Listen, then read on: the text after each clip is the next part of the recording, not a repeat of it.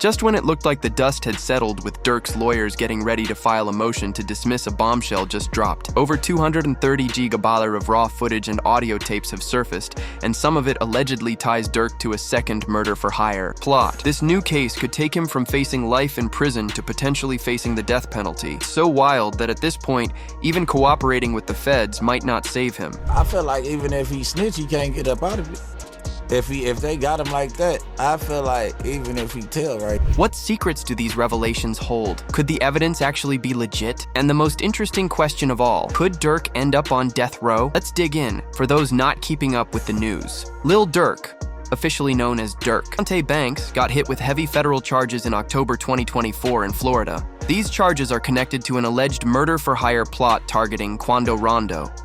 Then during a detention hearing on December 12, 2024, federal prosecutors dropped another bombshell in the courtroom by linking Durk to a second uncharged murder-for-hire plot in Chicago. This second case involves the January 27, 2022 killing of Stefan Mack, a 24-year-old alleged shot caller for the Smashville faction of the Gangster Disciples. The way Mack was shot is wild. He was outside the Youth Peace Center in Roseland on 111th Street, a spot that's supposed to be safe in a neighborhood where shootings happen all too often. Mack was hit with a headshot and a chest shot and was pronounced dead at the hospital. A 40-year-old security guard nearby was also hit in the leg in the crossfire, but he managed to pull through two Chicago men, 24-year-old Anthony Montgomery Wilson and 23-year-old Preston Powell, charged in 2023 for Mack's murder. They faced charges of conspiracy for allegedly drilling Mack for money, but the million-dollar question remained: who put up the hit? According to newly unsealed federal documents, prosecutors believe the money trail leads back to Durk. So what is the alleged motive behind this hit? The feds claim that Mack's murder was ordered by Durk as revenge for the June 2021 murder of his brother Dante Banks,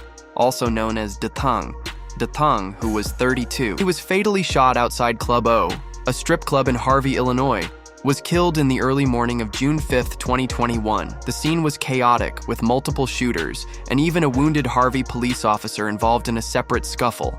The new evidence comes from a warrant application filed in April 2023 that remained sealed until December 11, 2024.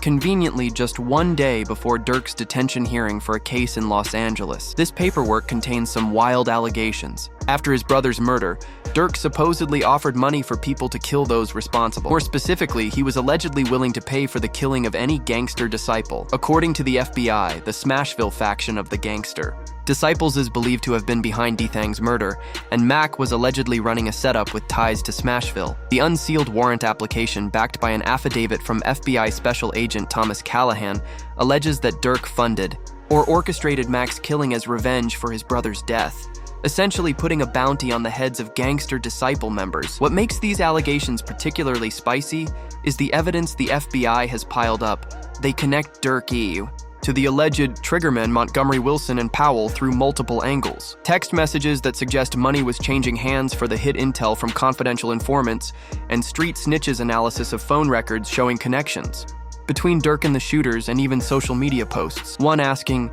"Did Durk give you that money?" which prosecutors are interpreting as confirmation of payment for the hit. Prosecutors have also pointed to lyrics from Durk's 2022 track, Hey, dropped on February 22, 2022, as a potential reference to Mack's murder. In the song, Durk raps, "My brother Dang just got killed and I've been slow since gang, but we got back on they ass." The feds believe these words were intended as a threat and a promise of revenge. In short, the feds are using everything, from raw footage to text messages to lyrics, to paint a picture that Durk isn't just a rapper, but a figure deeply involved in orchestrating real-life violence, basically admitting to retaliating for Dathang's death, possibly through Mack's murder. Durk's lyrics are now being used as potential evidence. It mirrors what prosecutors are doing in the LA case, raising serious concerns in the culture about whether artistic expression is being twisted in court. On top of that, the FBI claims to have photos linking Durk to Montgomery Wilson, one of the alleged shooters, establishing a direct connection. The exact content of these photos hasn't been made public yet,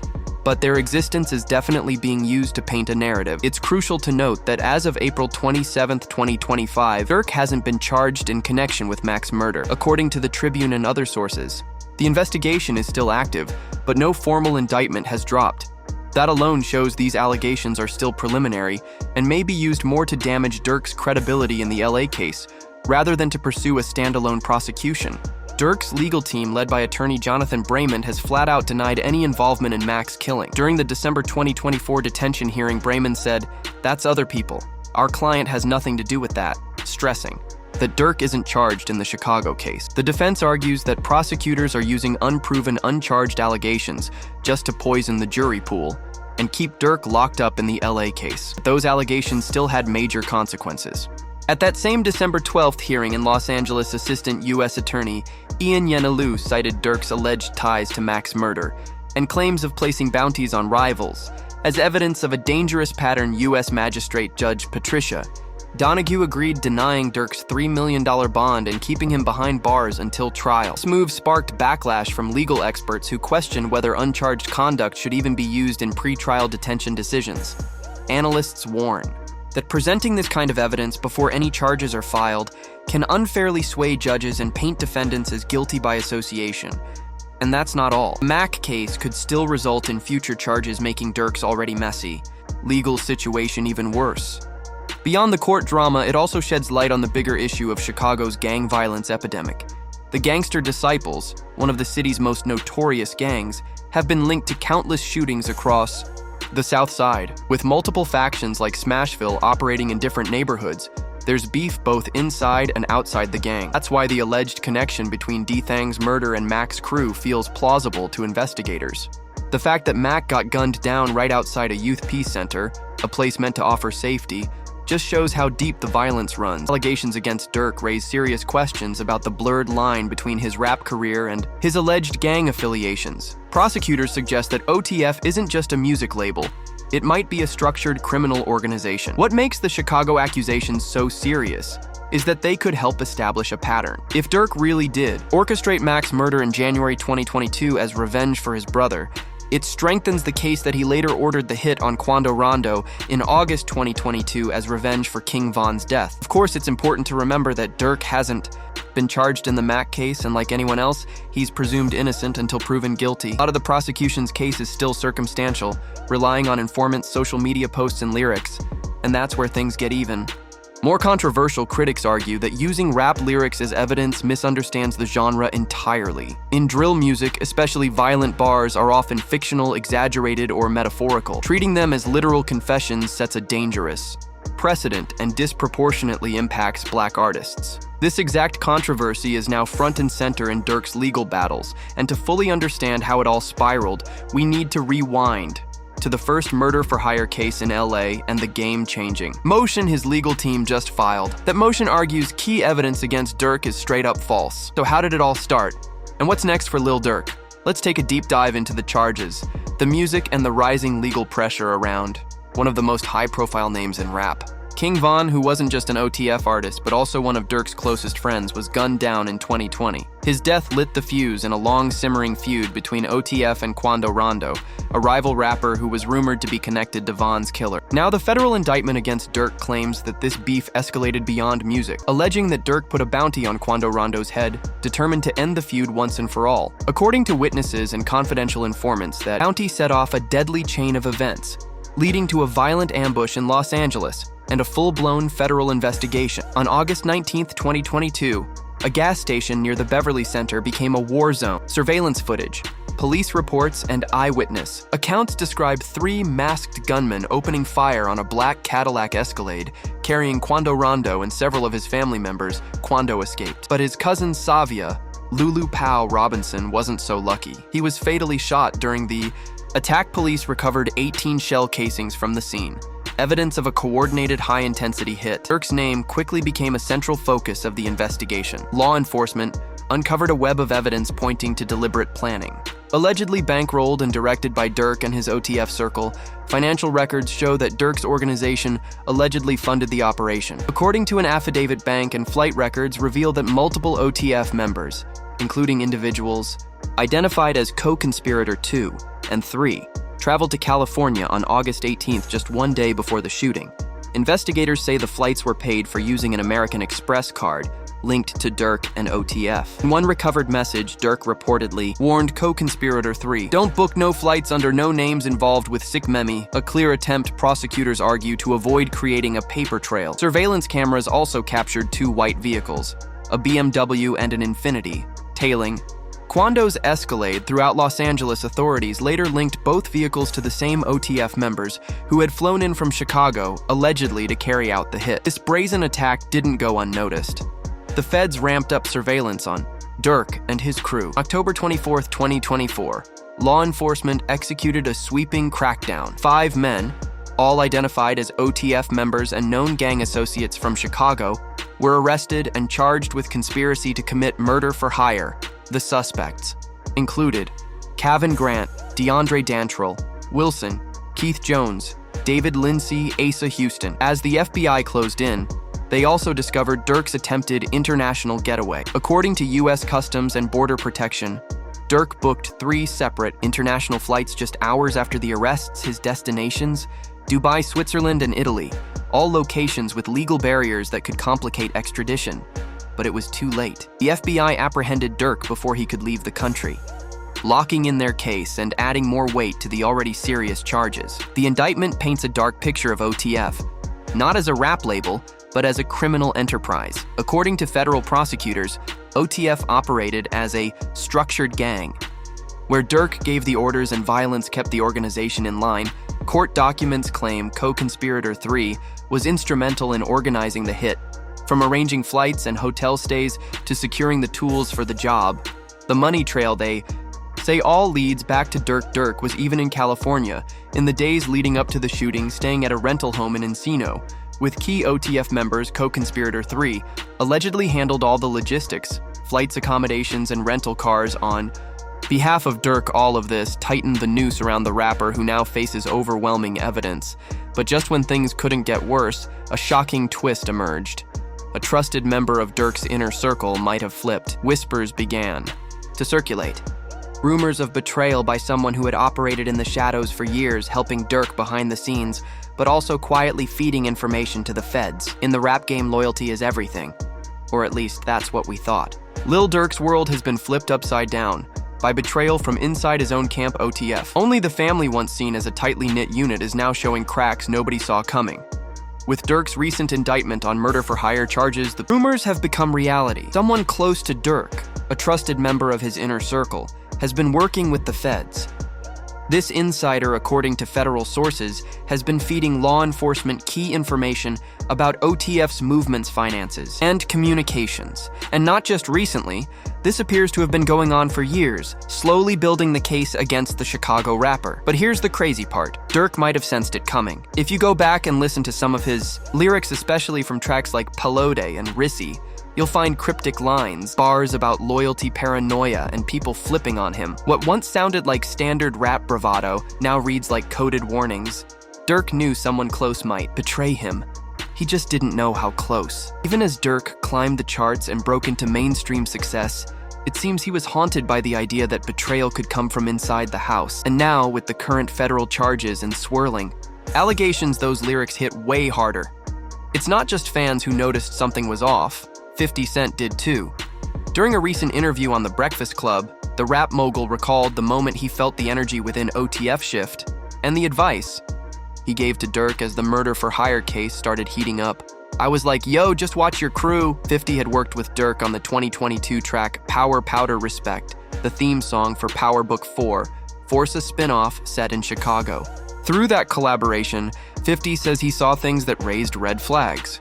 It wasn't just a casual warning, he told the hosts. It was a gut feeling, from someone who's seen how entourages can turn deadly. According to 50, Durk didn't brush it off. In fact, he reportedly replied by saying that something strange had already happened. Exactly what that something was hasn't been revealed. But now, in light of Durk's legal troubles and the rumored snitch inside OTF 50's, instincts seem spot on. When you said that to Durk, what was his response to you? So you know what? It's just somebody just came in my house. How do they know exactly what the address is? I don't know my address. Nobody. The cracks in Durk's circle weren't just rumors anymore. They were facts. Back in 2021, Durk's paranoia deepened after a break-in at his Brazelton, Georgia home, while he and his then-girlfriend India Royale were inside. They escaped unharmed, but the fact that someone knew his location planted deep doubt in his mind. It wasn't just the ops watching, it was someone close. That incident, combined with the growing pressure from the feds, left Durk second-guessing everyone around him, and for 50 Cent, it was déjà vu. "I've always had that energy myself," 50 said in an interview reflecting on his own experience with betrayal in the industry. He even joked, "If you got pulled over and you're not in jail, why are you not in jail?" The message was clear. Someone in Durk's crew wasn't playing by the code. That someone? All signs point to a man known as FF Jam, a longtime member of Durk's crew who had once been the definition of loyalty Jam served over a decade. In prison on an attempted murder charge that bid earned him street cred and the respect of the OTF circle. But when he was released in 2022, whispers started.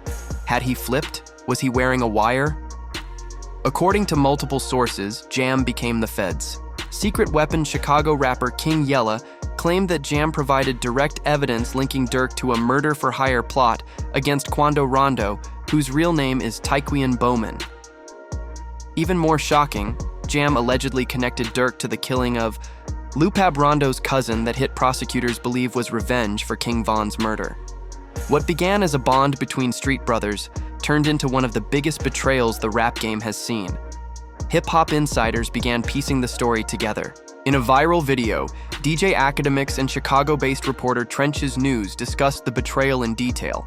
Academics revealed that Jam's baby mama had reached out to Durk for help with legal fees, and when Durk didn't respond, Jam took it. "Personally, you're not supposed to brush off my call when I need something," Jam reportedly said. Trench's News backed it up, saying, "That's facts."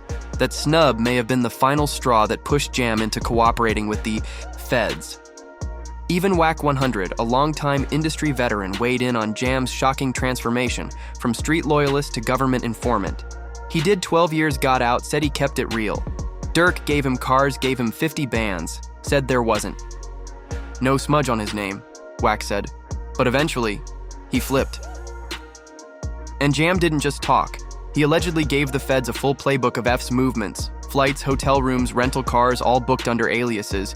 He recorded conversations, detailed coded texts from Durk to his co-conspirators, and helped law enforcement map the entire operation, down to the cars used to follow Rondo in LA. According to the indictment, Durk himself told one associate, "Don't book no flights under." No names involved with sick Memi. Everything was meticulously planned, but none of it escaped Jam's wire. In a moment of reflection, DJ Jerry Jam, yes, the same Jam, talked about the early days. He said Durk's music kept him grounded during his 12-year bid. "I remember Durk was making rap songs for our parties," he said, painting a picture of a brotherhood built before the fame. "That was bro, back before the fame and the money. He made a way for me to be straight. But all that, history wasn't enough. Loyalty is a two-way street. And when Jam felt Durk didn't have his back, he returned the favor by helping the feds take him down. Whether he felt disrespected, overlooked, or just plain forgotten, Jam made his choice.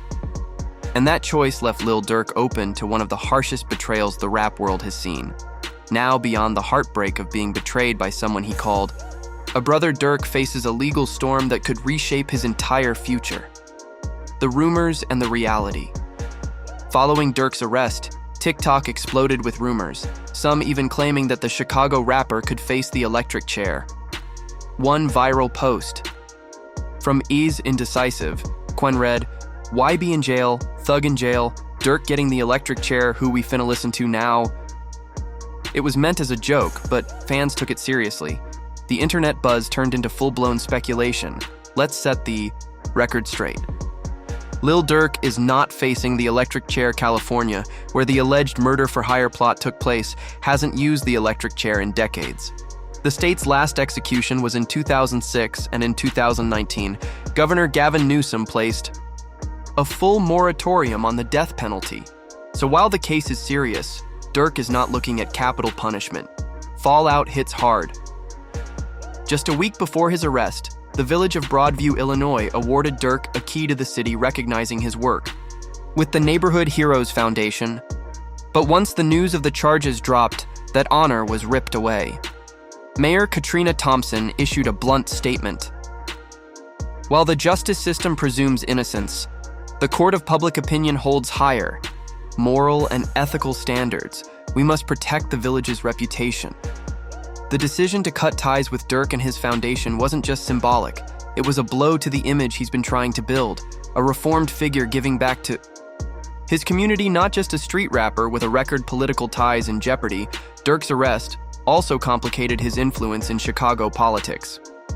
Recently, he donated $15,000 to Mayor Brandon Johnson's political committee and even met with the mayor twice to talk about community development. Now, critics are asking if Mayor Johnson should return the money. The mayor responded carefully, "You're asking me to judge a black man before a full trial has taken place. I hope you understand why I won't do that." It's a rare moment where politics, hip-hop, and the criminal justice system collide, putting Durk's alliances under the microscope. The image battle. For years, Durk has tried to walk a tightrope between his street roots and a cleaner public image. In his Grammy-nominated 2023 track All My Life, he rapped about wanting to change his image, and he backed it up with action. Partnering with Bank of America, hosting events on financial literacy, and using his foundation to uplift Chicago communities. But this case could undo all of that. With serious charges looming, public figures and institutions may hesitate to stand beside him. Even if his fans ride with him, the court of law and public opinion may not be. As forgiving Durk's future now depends on whether he can beat these charges, or if he's headed for a long uphill battle just to reclaim his name.